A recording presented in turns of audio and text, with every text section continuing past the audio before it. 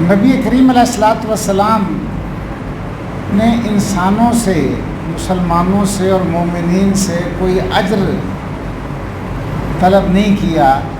کہ میں نے تمہیں جہنم سے بچایا، میں نے تمہیں گمراہی سے بچایا، تمہیں اندھیروں سے بچایا، تم بھٹکے ہوئے تھے، گمراہ تھے،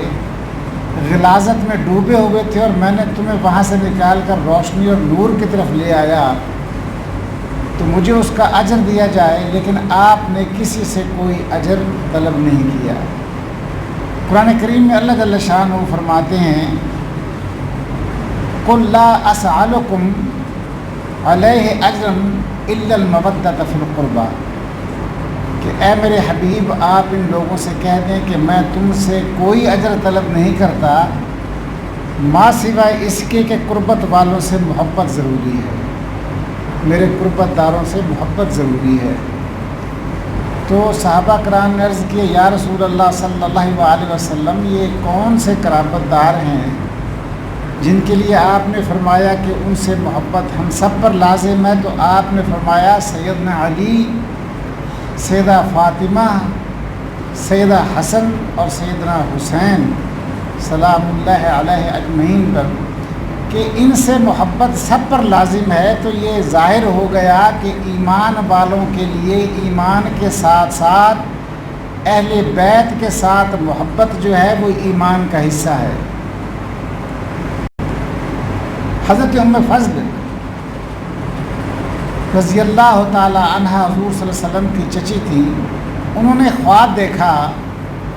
اور وہ بہت پریشان ہو گئی، سرکار کی بارگاہ میں آئیں کہ یا رسول اللہ میں نے ایک بڑا خوفناک خواب دیکھا ہے۔ تو آپ نے پوچھا تم نے کیا خواب دیکھا؟ کہا یا رسول اللہ میں نے دیکھا ہے کہ آپ کے جسم اطہر کا ایک ٹکڑا کاٹ کر میری جھولی میں ڈال دیا گیا،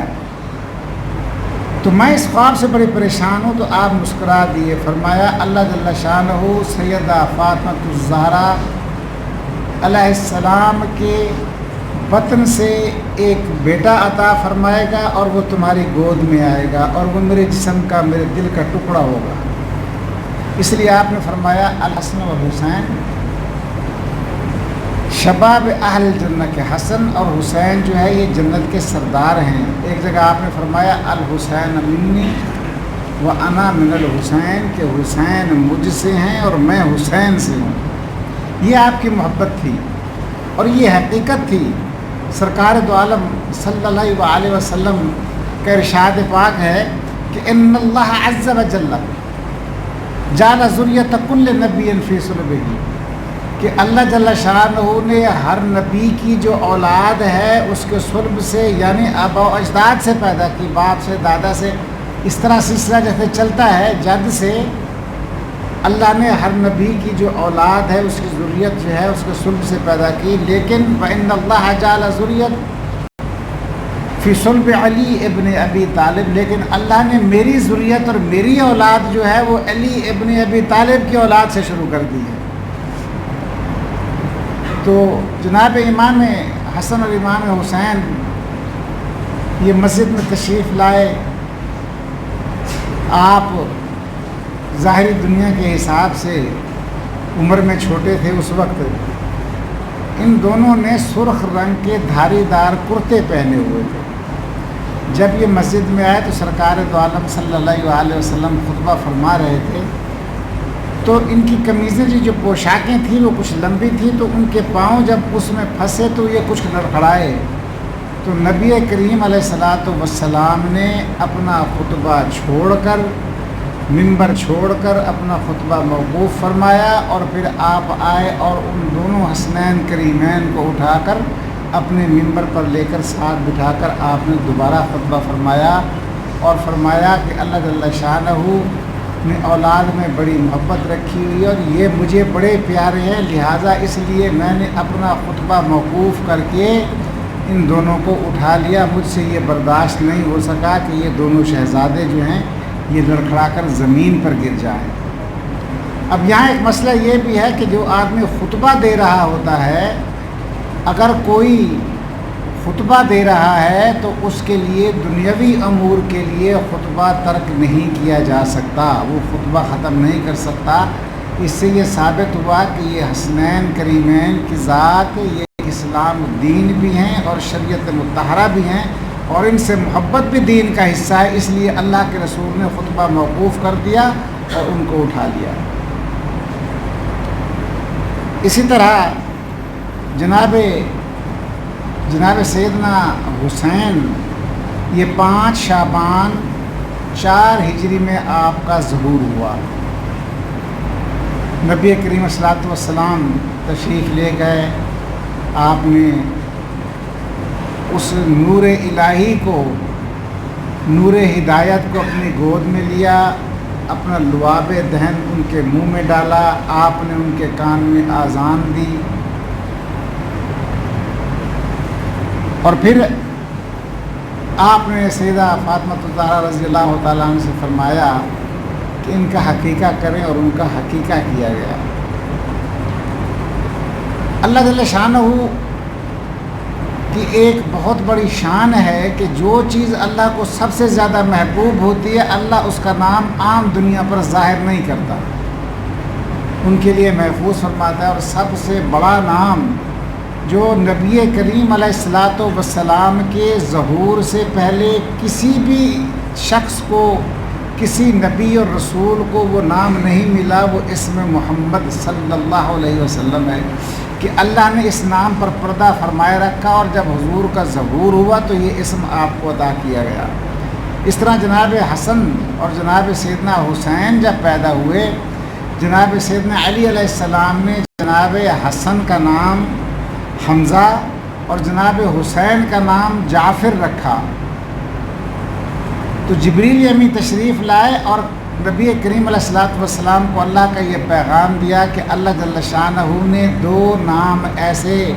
چھپا کر رکھے ہوئے تھے کہ جب سے آدم علیہ السلام پیدا ہوئے اور حسنین کریمین کی ولادت تک یہ کریم نام،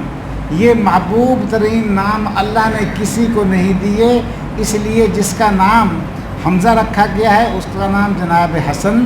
اور جس کا نام جعفر رکھا گیا ہے اس کا نام جناب حسین علیہ السلام رکھا جائے۔ چنانچہ نبی پاک صلی اللہ علیہ وسلم نے ان کے نام حسن اور حسین رکھے۔ اور سرکار دو عالم صلی اللہ علیہ وسلم عموماً فرمایا کرتے تھے، کئی مرتبہ آپ کی حدیث میں ہے کہ آپ نے ان دونوں کو اٹھایا ہوا تھا، سینے سے لگایا ہوا تھا، اور آپ فرمایا کرتے تھے اے اللہ میں ان سے بہت محبت کرتا ہوں، اللہ تو بھی ان سے محبت فرما، اور اللہ جو ان سے محبت کرتے ہیں اللہ تو ان سے بھی محبت فرما۔ تو ثابت ہوا کہ جو حسنین کریمین سے سیدہ فاطمہ اور سیدنا علی علیہ السلام سے محبت کرتے ہیں، ان سے اللہ کا رسول محبت کرتا ہے، اور اللہ ان سے محبت کرتا ہے جو ان سے بغض رکھتے ہیں، جنہوں نے ان کو ستایا ہے، ان پر خدا کی بھی لعنت ہے، فرشتوں کی بھی لعنت ہے، اور نبی کی بھی لعنت ہے۔ قرآن کریم میں اللہ جل شانہ نے فرما دیا، آپ یہ دیکھ رہے ہیں کہ ایک طرف یہ عالم ہے کہ جناب سیدنا امام حسین اور جناب حسن مسجد میں تشریف لاتے ہیں اور وہ لڑکھڑاتے ہیں کپڑوں کی وجہ سے، اور اللہ کا رسول اپنا خطبہ موقوف کر دیتا ہے۔ دوسری مرتبہ سرکار دو عالم صلی اللہ علیہ وسلم تشریف لے کر جا رہے ہیں، جناب سیدہ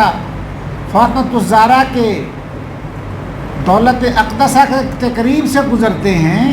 تو جناب امام حسین کے رونے کی آواز آتی ہے، آپ اندر تشریف لے جاتے ہیں تو آپ فرماتے ہیں فاطمہ تمہیں معلوم نہیں کہ حسین جب روتا ہے مجھے بڑا تکلیف ہوتی ہے،